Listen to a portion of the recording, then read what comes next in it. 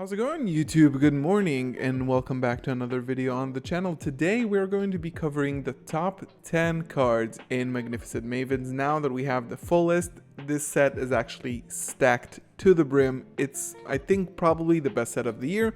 Before we begin, make sure to hit that thumbs up button, subscribe if you are new, and if you are considering to pick up Magnificent Mavens, head over to tier0games.com and use Galzo5 at checkout for 5% off. And let's kick this out. We have Magnificent Mavens coming out in less than 2 weeks by the time this video releases.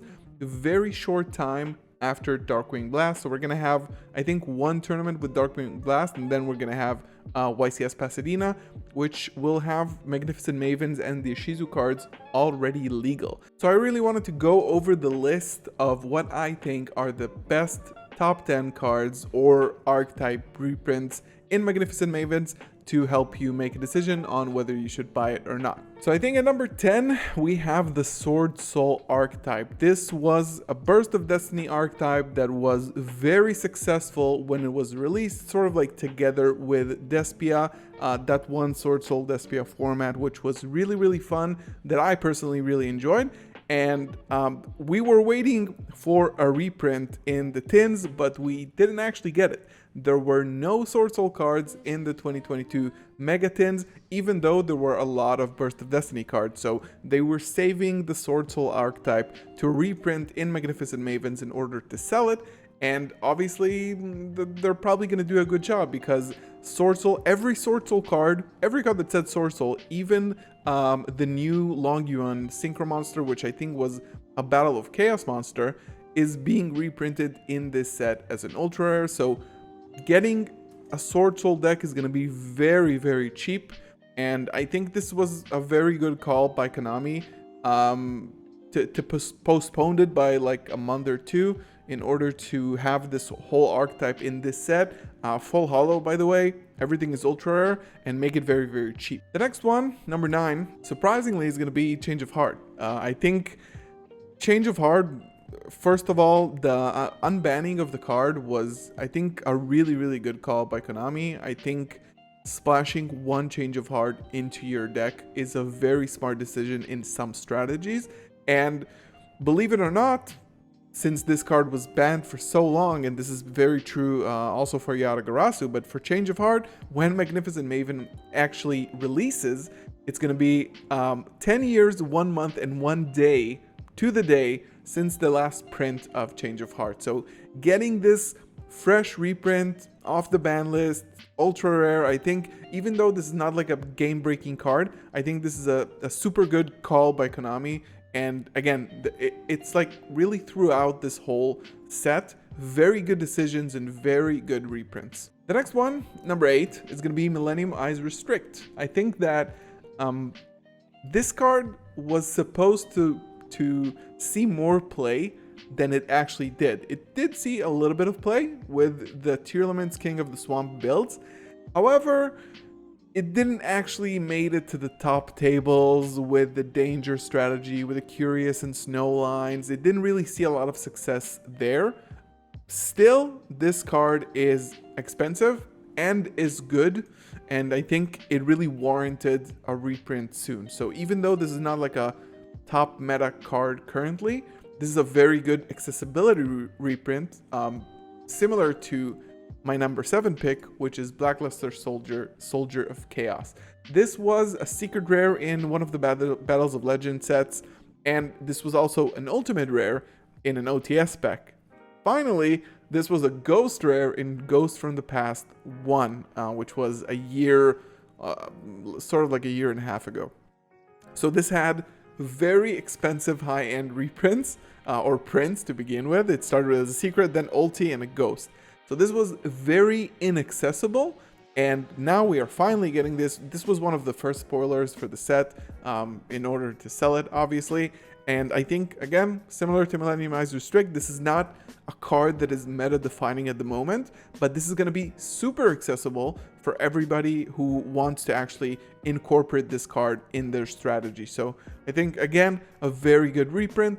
Then we go on to number 6, and it will be Lightning Storm. And I think a lot of people were really surprised by the amount of good staple reprints in the set, it was very surprising. And I think seeing that in the reveal, you can go and check out my live reactions to all the reveals in the channel.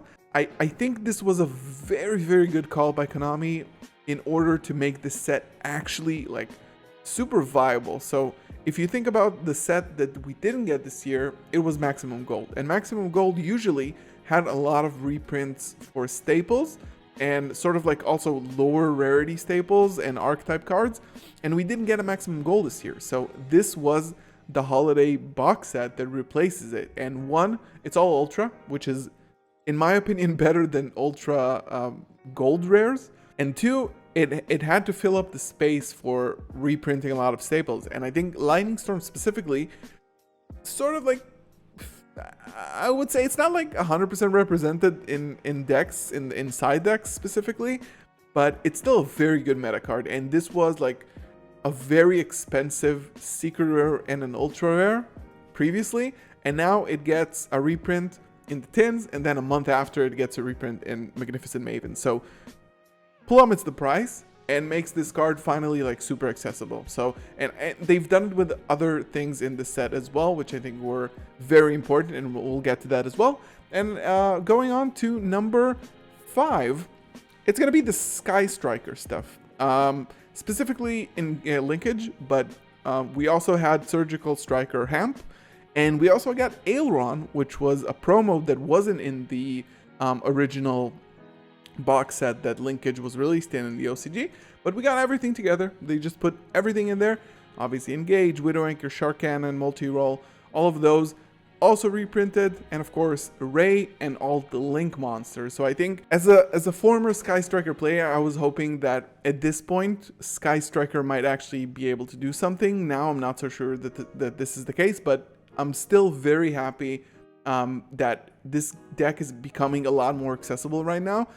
It wasn't a very expensive deck to begin with, but since striker cards are like fan favorite cards, I suppose, they weren't very cheap and accessible. And now you can get all the important stuff in one set. Number 4, we have Evenly Matched. And I think this was a sort of like a surprise to a lot of people. We were talking in my friend group Discord chat, I think that the evening of the release of the reveals, and we were saying that Evenly Matched probably warrants a reprint right about now. And if the set is going the way that we think it goes, then Evenly Matched should be reprinted here. And it did. And the last reprint was Ghost from the Past. This had 4 reprints up until now, but it was still like a $20-$25 card.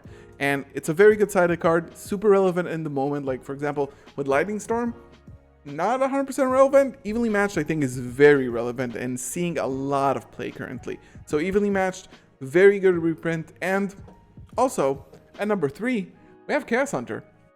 Maybe you don't know this card, but this says basically you can discard 1 card, special summon this when your opponent special summons a monster, and it's a floodgate that says your opponent cannot banish cards. It's very good against runic strategies. It basically says nope to anything that banishes, so Exo Sisters as well, and I think this was warranted as well. I think this was an inaccessible card with a lot of old prints, and the high rarity ones were actually expensive.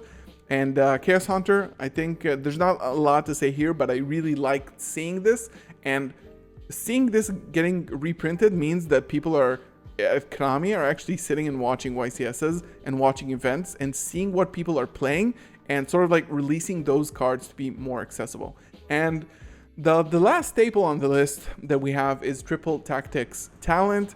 This was a secret rare in Rise of the Duelist, which was very expensive back when Forbidden Droplet was released again.